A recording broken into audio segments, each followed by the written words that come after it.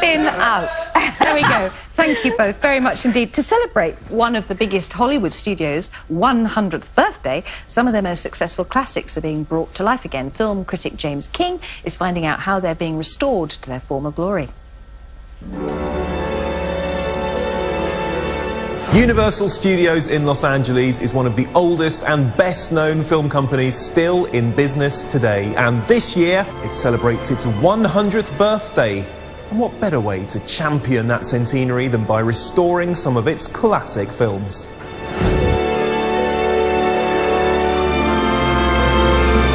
Restoring old film is actually a really arduous task. Basically, you have to rescue decaying film stock and then preserve the image that's on there. But what does it actually mean to restore a film? How do you even choose which films to save in the first place? Bob O'Neill is the Vice President of Image, Asset and Preservation at the studios. He and his team first started looking into the restoration process back in the early 90s, and since then they've preserved and restored over 1,200 feature-length titles. First thing we do is we go into our database. It's made in 1929, you're going to have one story. If it's made in 1956, it's a different story. Because 29, you've got nitrate film that you're dealing with. If they only have nitrate, we want to get those done first, because those are the oldest ones and there's no safety copies. Choosing what films to be restored is not as easy as simply picking your favourite, although that is a bonus. Bob was even lucky enough to restore one of his all-time favourite films. The whole name of the game is that you want to take and make the highest quality, best image that you possibly can, once and once only. Because the chances are, you're going to go back in 20 years and try to do the same thing, the film may not be there. It may have decomposed. Colour correction is one of the tools used to maintain the look and intent of what the filmmaker wanted to achieve all those years ago. And that's what Michael Darity does. He brings old films back to life by enhancing their colour. Well, the color process is we take a raw scan of the original negative, scan it at a high resolution, and then through our digital color correction tools, we will basically color grade the shots so that they all match in a consistent manner. It's not just about the preservation and restoration of film. Costumes and props from some of our favourite movies are also treated with the same amount of love and respect. We met up with Jeff Pertl. He's the head of archives and collectibles, and it's his job to look after some of Hollywood's most famous clothes and accessories. Part of our responsibility is to collect, preserve, maintain, and exhibit all of the historically significant assets of Universal Pictures. This is Michelle Pfeiffer's dress from Scarface, and it was also something that was kept in our wardrobe department, and they were able to identify it, and then we acquired it in archives and collections.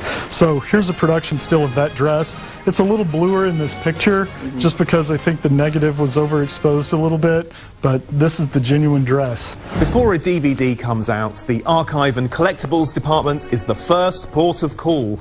When 1930's All Quiet on the Western Front was up for a re-release, Jeff and his team managed to source some of the original props for reference. Just one of the films that has shaped generations and will shape generations in the future thanks to the work of these cinematic experts. Right, it's not often I get the whole cinema to myself, so I'm just going to chill out here for a bit, I think.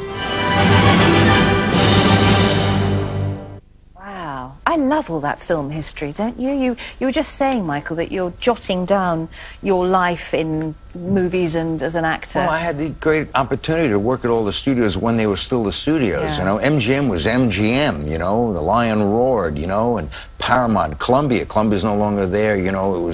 They were great days, you know, when the studios and Lou Wasserman came by and visited the set, and he was like the last mogul, you know, at Universal Studios. And it was a fantastic time. That's what Singin' in the Rain is. I play the studio boss when talkies came in and the change of all the things that happened. It's kind of like, and I had my stars, you know, yeah. My two little stars, you know, and that was they used to groom careers. They made scripts for you. They dressed you. They controlled the press. It was a different world. Wonderful. And having to be, I was in the tail end of that when they still had, you know, studio contracts. I was seen at the studio by Renee Valente, who was head of casting for Screen Gems Columbia Pictures. And she invites me up to her office, 711 Fifth Avenue. I was just starting out. And she saw me in a studio production. Hello out there. Saroyan? And I'm sitting there, and I see it. I'm waiting for her to finish her call. And there's a studio contract player contract, right? It was right sitting there. And I'm thinking, that's it, Hollywood, here I come.